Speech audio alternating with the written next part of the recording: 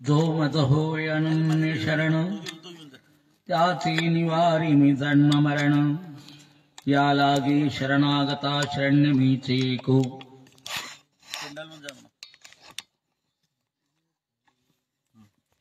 नमामि सद्गुरुं शांतं सच्चिदानंद विग्रहं पूर्ण ब्रह्म परानंदम एशम आनंदी वल्लभम।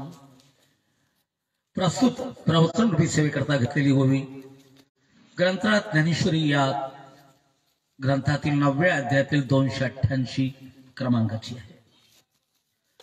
गेल्या काही दिवसापासून चालत असलेला हा अखंड हरिनाम संकीर्तन सप्ताह आणि रौप्य महोत्सवी वर्षाच्या निमित्तानं आयोजित केलेला हा विशेष सोहळा परमादरणीय परमस्नेही आपल्या नागपूर जिल्ह्याचं भूषण असलेले परशुराम महाराज करंबे यांच्या वतीनं सुंदर असा आयोजित केलेला हा सोहळा, यात माझ्या वाट्याला ही प्रवचन सेवा आलेली आहे। योग आहे आमचे रोशन महाराज आणि इतर सगळी स्नेहीजन मंडळी या ठिकाणी आल्यानंतर वारकऱ्यांचं दर्शन घडावं हा युगसुयोग आहे। तद्वतच यात आवर्जून उपस्थित असलेले प्रशांतानंदजी महाराज, भागवताचार्य गिरिजी महाराज आणि इतर सगळे वारकरी सगळ्यांच्या चरणारविंदी नतमस्तक होत वाक्पुष्पमाला गुंफतो। परमेश्वर अर्जुनाला संबोधन करायला लागले, अनन्य भक्ती काय आणि अनन्य शरणागती काय। शरणागती दिल्याशिवाय जीवनाला परमोच्च आनंदाचा क्षण ज्याला ब्रह्मानंद म्हणावा तो आपल्याला सहजच प्राप्त करता येणार नाही। शरण कोणी कोणाला जावं हा फार मोठा विषय आहे। तत्पूर्वी थोडी प्रस्तावना देत माझ्या विषयाकडे मी कलाटणी घेणार आहे। 9वा अध्याय सहज बोलायला लागले परमात्मा। 9व्या अध्यायाच्या करता मी काय देऊ प्रमाण देण्याकरता मला अडचण भासते आहे। 9वीची अभिप्राया सहसा मुद्रा लावावया जेत वेद विहाला तेथ गर्व मी का करू। 9व्या अध्यायाच्या बाबतीमध्ये चिंतन करताना बोलायला लागले, अभिप्राय देणं अशक्य आहे आणि आज त्यातील ओवी आपण चिंतनाला घेतो आहे। वेदांनी ज्या ठिकाणी हात वर करावे त्या ठिकाणी आपल्याला त्यावरती चिंतन करावं हा सुयोग आहे। थोडं चिंतन मी आपल्या पुढे करेल।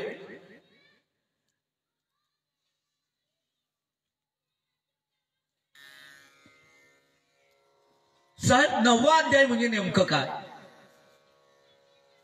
9चा आकडाच इतका अलौकिक आणि दिव्य आहे। इतर आकडे काही असतील पण 9चा आकडा हा कधी क्षय न होणारा। इतर आकडे असतील ते अस्थिर आहेत, 8चा आकडा तर एकदमच अस्थिर असलेला। आणि या 9वा अध्याय वेदांनी ज्यावरती आपला अभिप्राय व्यक्त करताना म्हणावं मी हात वर करतोय, माऊली ज्ञानदेवानी म्हणावं सच ऐका तर खरं, पण ऐकताना एक जरा लक्षात घ्या। तरी अवधान ऐकले दिजे तरी सर्व सुखासी पात्र होई दे। हे प्रतिज्ञोत्तर माझी उघड ऐका तरी प्रौढी न बोले होजी। तुम्हा सर्वज्ञाची समाजी अवदान द्यावे ही माझी विनवणी सलगीची। मी सलगी करतोय, सलगी करून तुम्हाला बोलतोय। आपण एकाग्र चित्ताने श्रवण करावं, चित्त आपलं माझ्याकडे द्यावे, परिणाम सर्व सुख तुम्हाला प्राप्त होईल। अपेक्षा सर्व सुखाची आहे। सुख प्राप्तीच्या नादात सगळे धावतात आहे। कोणी त्याला आशा म्हटलं, सुखाच्या आशेत जन्म गेला, कोणाच्या सुखात जन्म गेला। पण या ठिकाणी सुखाची प्रतीक्षा आहे आणि सर्व सुख देण्याकरता या ठिकाणी माऊली उभे आहे। सर्व सुखच या ठिकाणी उपलब्ध होते आहे। सर्व सुखाचा आगर परमात्मा बाप रखमा देवी वर आहे आणि सर्व सुख देण्याकरता असलेला हा प्रभू आशेवर जीवन जगणाऱ्या जीवाला पूर्णानुभूतीची शाश्वती देतो आहे। ती पूर्ण अनुभूती नेमकी काय आणि आपलं वास्तविक जीवन काय, आपल्या जीवनामध्ये आशेवर जीवन जगणारे आपण सगळे. थोडा एक दृष्टांत देऊन मी पुढे जाईल. एक कुंभार बाबा आणि कुंभार बाबांनी 2 गाढवं पोसली. योग त्याच्या जीवनातला, त्याच्या उपजीविकेचं माध्यमच ती गाढवं होती. त्यावरती रेती भरावी, विटा भराव्या, माती भरावी, ज्यांना जी गरज असेल त्या त्या पद्धतीने त्यांच्या घरापर्यंत ट्रान्सपोर्टेशन करावं, नेऊन द्यावं आणि त्यावरती आपला चरितार्थ चालवावा. आणि असला चरितार्थ चालवणारा हा कुंभार कर्मधर्म संयोगाने घरी पती पत्नी दोघच, अपत्य काहीच नाही. कालांतराने वार्धक्य आला आणि सगळ्यात पहिल्यांदा पत्नी गेली. आता स्वतः एकटा राहिला. एकट्याने करावं खावं काय असेल ते जीवन जगावं. असं करताना याचाही वृद्धापकाल आला आणि आता जीवन जगण्याकरता काहीच आपल्याला करता येणार नाही. ही गाढवं रिकामी ठेवण्यापेक्षा विकावी. मनात निर्णय घेतला विकण्याचा. योग ते दोन्ही गाढवं विकायला काढली. ती एक गाढव घेतलं धोब्यानी आणि एक घेतलं मदारी माणसाने. त्यांनी दोरीवरती चालावी, त्याच्या मुलीनं कवायती दाखवाव्या, 4-2 पैसे मिळवावे, त्यातून आपला चरितार्थ चालवावा. या पद्धतीने जीवन निर्वाह करणारा तो कोल्हाटी. त्यांनी एक गाढव घेतलं. धोब्याकडचं गाढव आनंदात आहे. याचं प्रारब्ध एवढं बलवत्तर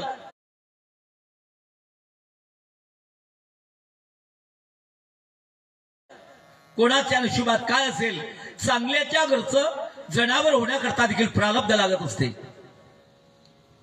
म्हणून कधी कधी तुकोबारायांनी विनंती केली, देवा तुला करायचं झालं ना गाढव कुत्रा, तरी वैष्णवाच्या दारातला कुत्रा बनव. किडाच करायचं झालं तरी वारकऱ्याच्या नाणीतला किडा बनव. का होईल ते राम नाम होईल श्रवण, घडेल बोधन उच्चिष्टाचे, त्या ठिकाणी रामनामाचा संयोग घडेल. कुत्रा जरी झालो पण परम वैष्णवाच्या दारातला मी जर कुत्रा झालो तर हरिपाठ ऐकण्याची सुवर्ण संधी मला मिळेल. चांगल्याच्या घरचं जनावर होण्याकरता भाग्य लागतं. चांगल्याच्या मोठी जन्माला येण्याकरता भाग्य लागतं.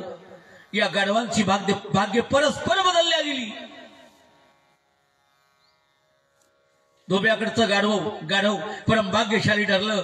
याच्या मालकाने कोरडे असे कपडे याच्या पाठीवरती लादावे, नदीवरती धुवायला न्यावे.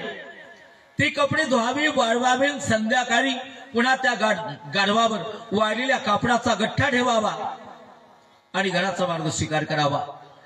नदीवर गेला की चरायला मोकळा, दिवसभर चरावं, संध्याकाळी पुन्हा एकदा एक ट्रिप आणली ती गाठ वाळलेल्या कापडाची की पुन्हा तो निवांत रात्र घालवण्याकरता मोकळा. पण हा कोल्हाट्याचा असलेला गाढव याला दिवसभर गाव बदलवा. आज या गावला, दुपारी त्या गावला, तिसऱ्या प्रहरी पुन्हा तिसऱ्या गावला, रात्रीला चौथ्या गावला. त्याला खायला मिळत नाही. कसं करावं याला अडचणच आहे. होता होता याची तब्येत खालावली. कर्मधर्म संयोग म्हणावा. ज्या गावात हे विकल्या गेले, ज्या गावात याचा एक भाऊ धोब्याकडे कापड डोहारण्याकरता आहे, त्याच गावात पुन्हा त्या कोल्हाट्याचा खेळ आरंभ झाला आणि चरायला सुटलेलं हे गाढव कर्मधर्म संयोगाने आपल्या भावासोबत भेटलं. नमस्कार दादा, नमस्कार. तब्येत कशी आहे रे तुझी? म्हणजे दिसायला लागली आहे. कशी आहे तू? बघतो आहेस रे. काय माझं जीवन चाललं, मला बोलवता येत नाही. दिवसातून 4 गावं सर करतो, चारा खायला मिळत नाही. असं जीवन निर्वाह मी करतो आहे, करू का? डोकं चालत नाही म्हणे माझं, काय करावं म्हणून. ठीक आहे, काही हरकत नाही.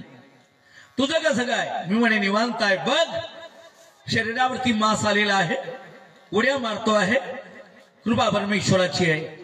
पण तुझी तब्येत हालाकीची बघितल्यानंतर मला दुःख वाटतं रे. का बरं एवढी शरीराची हाडं तुझी सुकल्यासारखी दिसतात?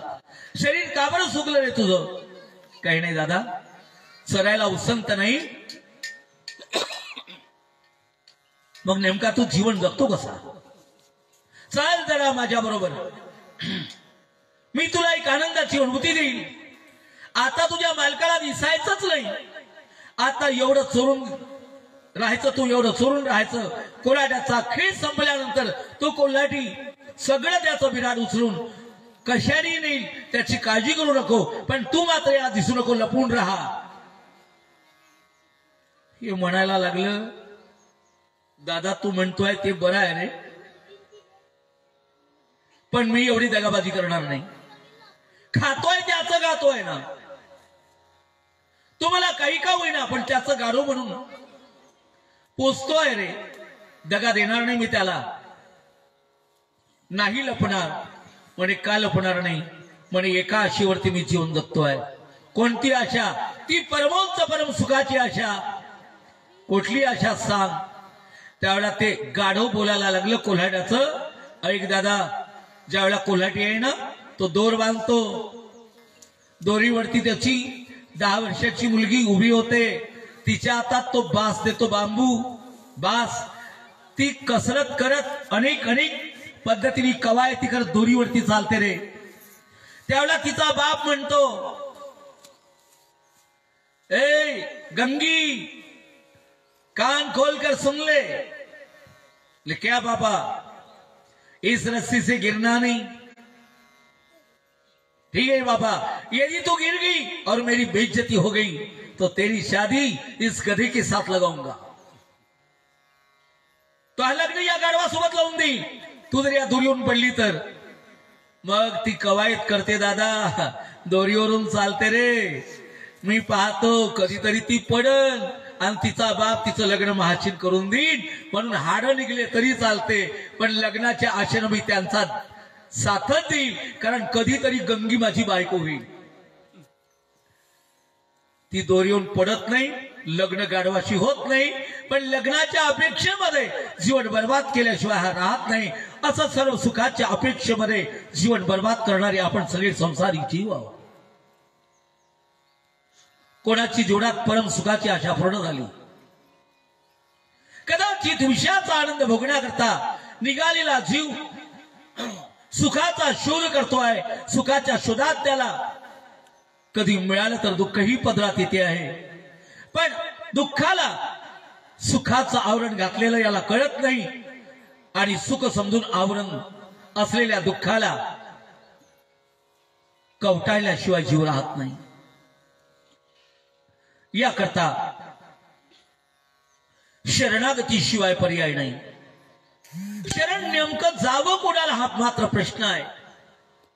कधी कधी तर तुकोबारायांनी प्रश्न विचारला, देवा तुझं वीण कोणा शरण जाऊ नारायणा. देवा शरण जायचं झालं तर तुझ्या जीवात जाऊ कोणाला? शरण जाण्याकरता या जगताच्या पाठीवर तुझ्या व्यतिरिक्त अन्य कोणी दिसतच नाही रे मला. ऐसा न देखे मी कोणी दुजातीही त्रिभुवनी. त्रिभुवनात तुझ्या एवढा सामर्थ्य संपन्न आणि भक्ताचं कार्य करणारा मला कोणी दिसत नाही. कोणी कोणाला शरण जावं? जीव शरण जायला निघाला. जीव जीवाला शरणागती देतोय. जीव ज्या वेळेला जीवाला शरणागती देतो त्यावेळेला त्याच्या सुखाची अपेक्षा पूर्ण होणं अशक्य आहे. कारण स्वतः भुकेलेला जीव दुसऱ्याला जेवणच घालेल कसा? राणी दुःखिया दुःखी भेटले. एका वनामध्ये एक सद्ग्रस्त दुःखाने जीवन ज्याचं व्यथित आहे 3 दिवसाचा उपवासी जंगलात बसला. प्रारब्ध कर्म त्याचं म्हणावं अपेक्षा करतोय. कुठून तरी मला भोजनाची व्यवस्था होईल, भोजनाची व्यवस्था होईल. भोजनाच्या व्यवस्थेमध्ये अडचण तयार झाली. भोजनच मिळणार. कर्म धर्म संयोगाने त्याच मार्गाने एक संत येतोय. याला वाटलं बस काहीतरी शिदरी असेल, मिळेल मला भोजन, आणि हे जर मिळालं तर सुखरूपी अनुभूती येईल, माझा भूकरूपी रोग जाईल, भोजन रूपी औषध मला मिळेल. जवळाला महात्मा विचारायला लागले, महात्मा जी भोजन के लिए कुछ है आपके पास? 3 दिन से भूखा हूं, कुछ भी नहीं लिया, कुछ तो भी व्यवस्था. महाराज बोलायला लागले, अरे वेड्या, जंगलात मी भटकलो, 8 दिवस झालेत रे, अन्नाचा कण आणि पाण्याचा थेंबही तोंडात गेला नाही. मी जर 8 दिवसापासून उपवासमारीने व्यतीत आहे, तर तुझी 3 दिवसाची भूक या ठिकाणी क्षमवू कसा? प्रत्येक जीव असाच या ठिकाणी व्यथित आहे. कबीरदासजींनी जरा या सगळ्यांकडे बघितल्यानंतर बोलायला लागले, जो देखे सो दुखिया बाबा, सुखिया कोई नहीं रे, राजा दुखिया प्रजा दुखिया, दुखिया धन बैरागी, सुख के कारण शुक देव ने उदरी माया त्यागी, उदरी माया त्यागी, जो देखे सो दुखिया बाबा, सुखिया कोई नहीं रे, जो देखे सो दुखिया बाबा, सुखिया कोई नहीं रे. प्रत्येक जण दुखी आहे. जगी सर्व सुखी असा कोण आहे, विचारी मानवा तोची शोधोनी पाहे. कोण या ठिकाणी सर्व सुखाला पात्र झालेला असेल? प्रत्येक जण दुःखी आहे. सुखाच्या शोधात जीवन जातं किंवा सुखाच्या आशेमध्ये जीवन बर्बाद होतं. पण मानवी जीवनामध्ये परम सुखाची अनुभूती सहजासहजी सगळ्यांना मिळतच नाही. देवाने याकरता सुंदर नर्तनु दिला. हे सर्व सुख प्राप्त करण्याकरता लागणारं साधन भगवंतांनी आपल्याला उपलब्ध करून दिलं. साधन उपलब्ध सगळ्या मानव जातीकडे असलं तरी त्या साधनाचा सुयोग्य वापर करण्याची सद्बुद्धी सगळ्याच मानव जातीला नाही. कधी कधी दुःख वाटायला लागतं. अलीकडे टीव्हीवर युट्यूबवर एक फार मोठं प्रकरण गाजायला लागलं. बऱ्याच आपल्या वारकरी मंडळीने त्याचा निषेध केला. बोलणारी ज्यावेळेला स्वतःचं संतुलन विसरून बोलतात समाजाला बघितल्यानंतर, त्यावेळेला त्यांच्या बुद्धीची कीव येत असते. आधी जरा अध्ययन करावं. कारण जे स्वतः पशुपेक्षा हीन बुद्धीचे आहे ते आमच्या सांप्रदायिक साहित्यावरती भाष्य करण्याचे अधिकारीच नाहीत. ज्याला शंका आहे त्या भाष्यकारांनी, त्या वक्त्यांनी वक्तृत्व करताना सुयोग्य संतांकडून त्या संत साहित्याचा अनुवाद अवश्य शिकून घ्यावा. आता माफी मागायला लागली तुम्ही, ठीक आहे, पण ती माफी म्हणजे तुमच्या केलेल्या चुकीचं प्रत्युत्तर नाही आहे. पशुची उपमाही द्यायला कमी पडते. पशुनी रडावं एवढी कीव तुमच्या बुद्धीवरती येते. 4 लोकांनी टाळ्या वाजवल्या म्हणजे आपण मोठं होत नाही. लक्ष द्या. शरणागती देताना कोणी कोणाला शरणागती द्यावी? जीवानी जीवाला शरणागती देऊन जमणारच नाही. शरणागतीचे मार्ग, सुखाचा शोधाचा मार्ग संसारिक जीवानी वेगळ्या वेगळ्या पद्धतीने केला. ज्या देहात माणसाला हे सर्व प्राप्त करता येते तो मानव देह दुर्लभ असलेला परमेश्वराने आपल्याला पहिल्यांदा दिला. ही सगळ्यात मोठी जमेची बाजू आपली आहे. This is the plus point in our life, because we have been given the man body in this area on this earth. इस दुनिया में, इस भूमि के ऊपर हमें इंसान का जन्म मिला, ये तो सबसे बड़ी बात है. पण या शरीरात नेमकं करावं काय? तैसे येण्याची शरीरे, शरीरा येणे सरे, किंबहुना येण झारे चिरापडे.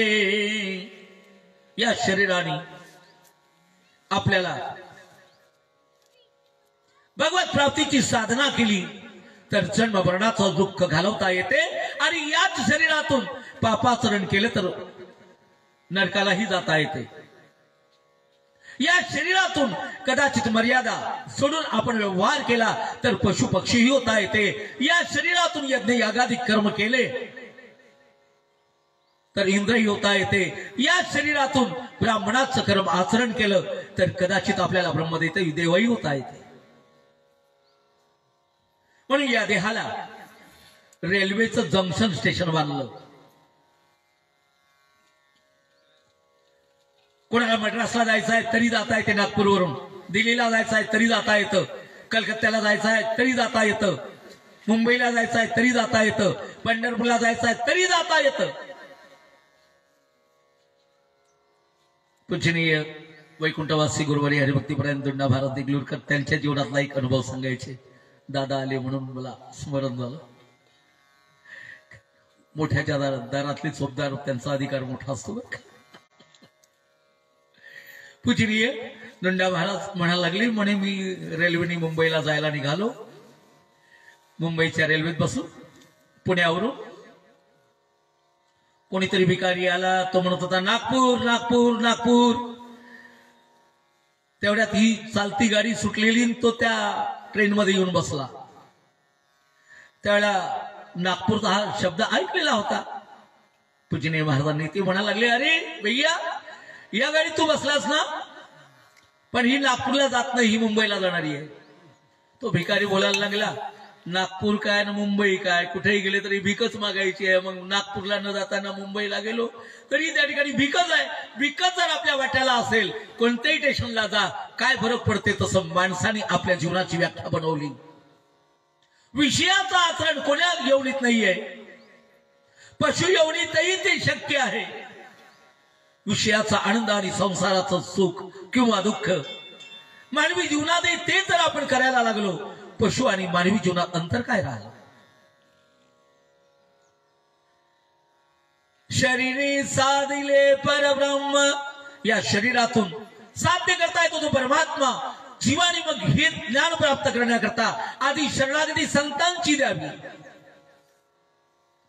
आणि त्याकरता तर टोळा पारवासियांना ही वैकुंठाची प्राप्तीच मला वाटते सहज तुकोबारायांनी म्हणावं, कै एकादीनी वैकुंठी जावे, की हे वैकुंठाची केले आगवे, जैसे नाम घोष गौरवे डवैले जग। एखाद्याने वैकुंठाला गेलं की लगेच आपण दिंडोरा पिटायला लागतो, वाह वैकुंठ, वाह वैकुंठ, वेल डन, सो फाइन, बहुत बढ़िया, वैकुंठ प्राप्त कर लिया इस आदमी ने। तुकोबाराय म्हणतात, वा काही हरकत नाही ना, वैकुंठ मिळवलं ना, पण कोणी साधना करणाऱ्या एकट्याने वैकुंठाला जाणं ही साधारण बाब झाली।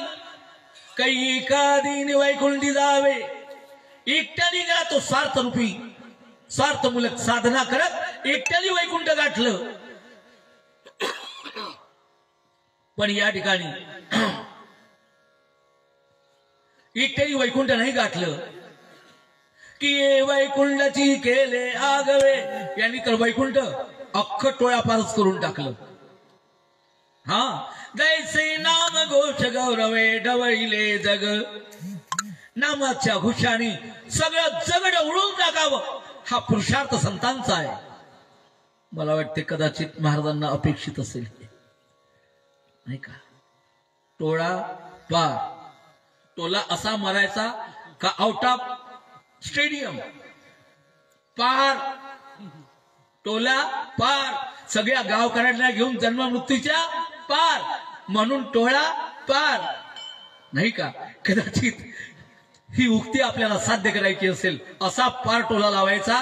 घरून ऐका रे, काही वर्ग नाही पडत, टोळा बनवाले नाही येणार मांडवात, पोंगे लावली आहे, पण ऐका लेको, घरून ऐका, वारून ऐका, पाणी बोलताना ऐका, मी तुम्हाला सगळ्यांना घेऊन वैकुंठालाच जाईन, तर नावाचा परशुराम।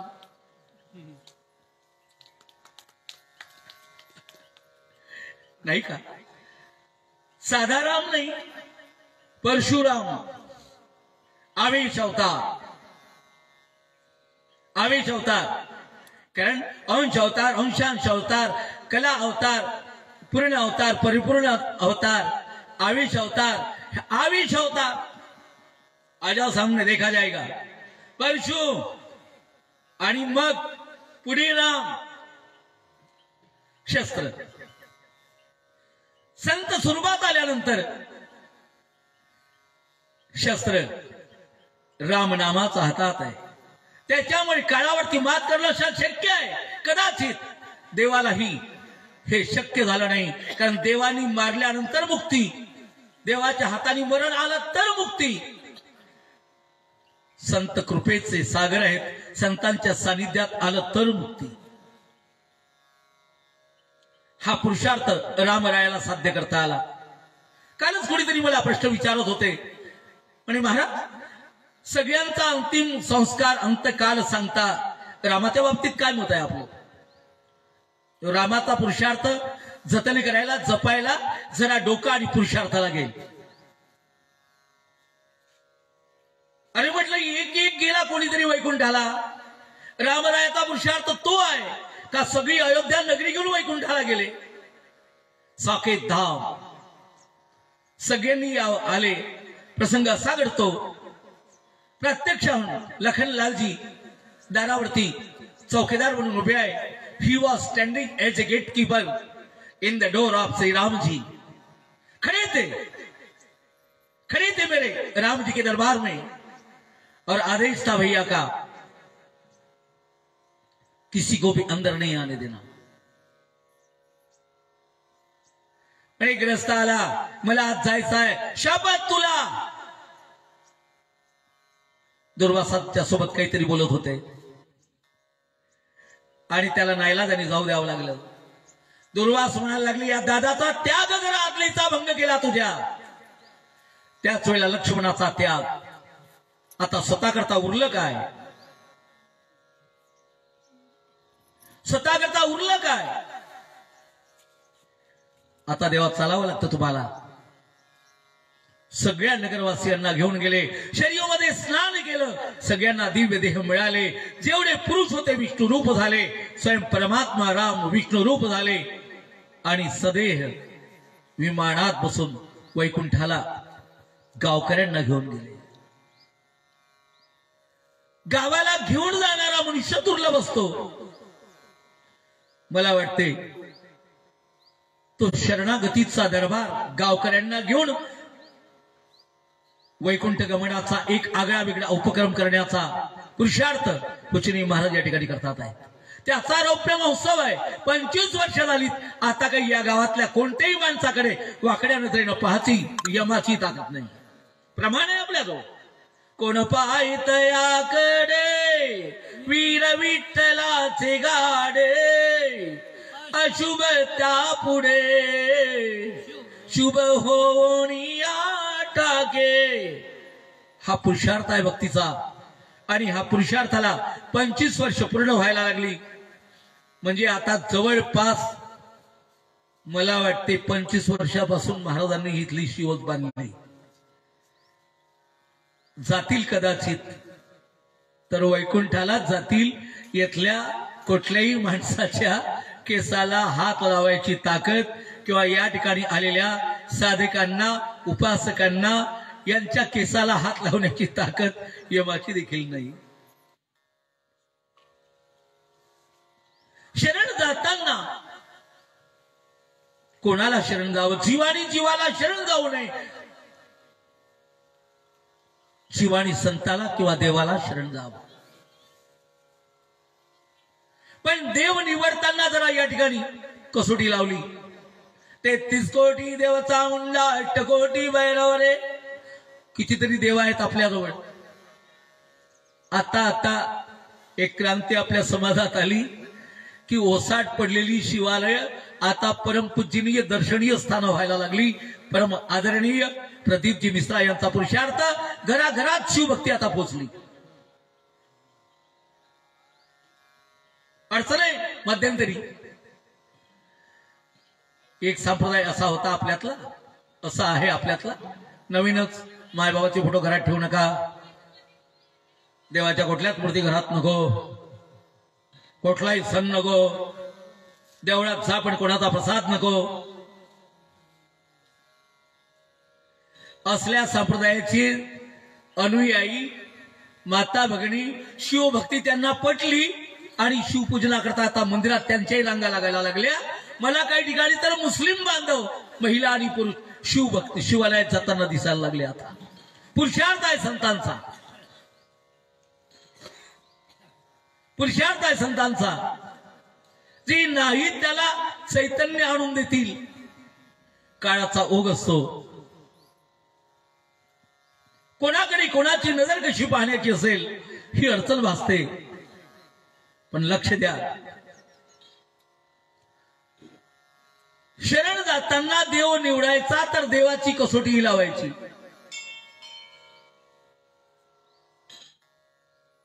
कोण आहे असा शरण जाण्याकरता योग्य? एका परमेश्वराच्या अतिरिक्त इतर कोणी याला सक्षम नाही। अनन्य शरणागती देताना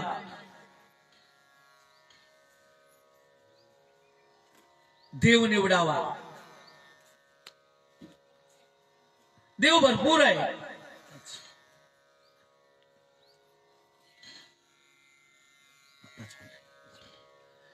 देव भरपूर आहे, पण या अनेक देव जरी असले तरी यातला एकच असा देव आहे जो तो हा देवाचाही देव, निवारी काही काळाचा देव, तो देवाचा देव आहे।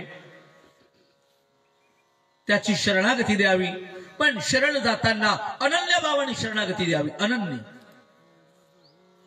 अनन्याचं उदाहरण देताना मासोळी आणि चल याचं सर्वसाक्षी श्रेष्ठ असं उदाहरण आहे। जीवनाविन मासोळी खा, जीवनाविन मासोळी तैसा तुका तळमळी, तैसा तुका तळमळी, जीवनाविन मासोळी। जीवन आणि पाणी, मासोळी शरण, अनन्य शरणागती आहे। कोणाला? पाण्याला। मासोळी आणि पाणी विभक्त राहू शकत नाही, राहते ती पाण्यात।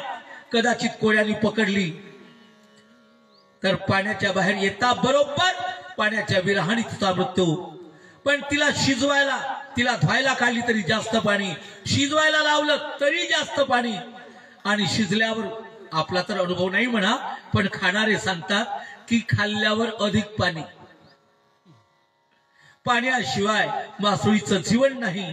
तसा परमभक्त जो माझ होय अनन्य शरण, अनन्य शरणागती जो मला देतो त्याचे निवारी मी जन्म मरण, जन्म मरणाचं दुःख त्याचं मी दूर करतो आहे। अनन्य शरणागती देणाऱ्या परमभक्ताच्या जीवनातलं सगळ्यात मोठं दुःख आहे जन्म आणि मरणाचं। किती वेळा जन्म यावे, किती व्हावे फजित, किती व्हायचं फजित। हा रोग सगळ्यांच्या पाठीमागे लागला, जन्म मरणाचा। आणि असा जन्म मरणाचा हा लागलेला रोग अनन्य शरणागती दिल्यानंतर भगवंत म्हणतात त्याचं जन्म मरणाचं दुःख मी नाहीस करणार आहे।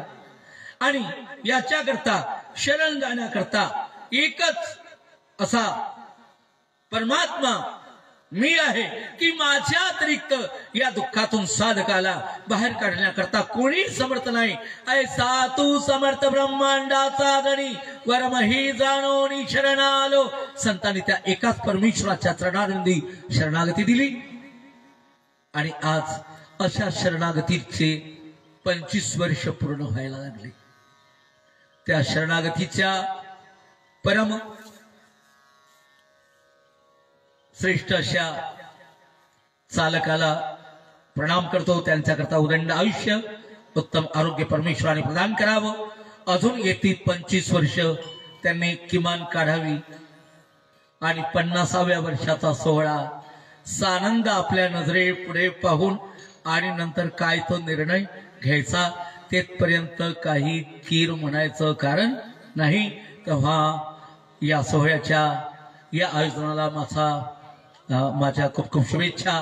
राष्ट्रीय भागवत धर्म परिषदेचा मध्य प्रदेश राज्याचा अध्यक्ष या नात्याने शुभेच्छा प्रदान करतो, विदर्भाचा संघटक या नात्याने शुभेच्छा प्रदान करतो आणि आपल्या सगळ्या संतांनी आम्हाला आशीर्वाद द्यावा, उत्तम आरोग्य आणि उत्तम बुद्धी, आमची उत्तम चारित्र्यासहित शुद्ध राहून शरीरात शेवटचा प्राण असेपर्यंत ज्ञानोबा तुकोबा आणि पंढरीश पांडुरंग रुक्मिणी माता यांची सेवा करून घ्यावी हा आशीर्वाद घेत माझ्या वाणीला विराम देतो. पुंडली गबरदार विठ्ठल असे ज्ञानदेव तुकाराम माऊली ज्ञानेश्वर महाराज की जय. विठ्ठला विठ्ठला विठ्ठला विठ्ठला विठ्ठला विठ्ठला.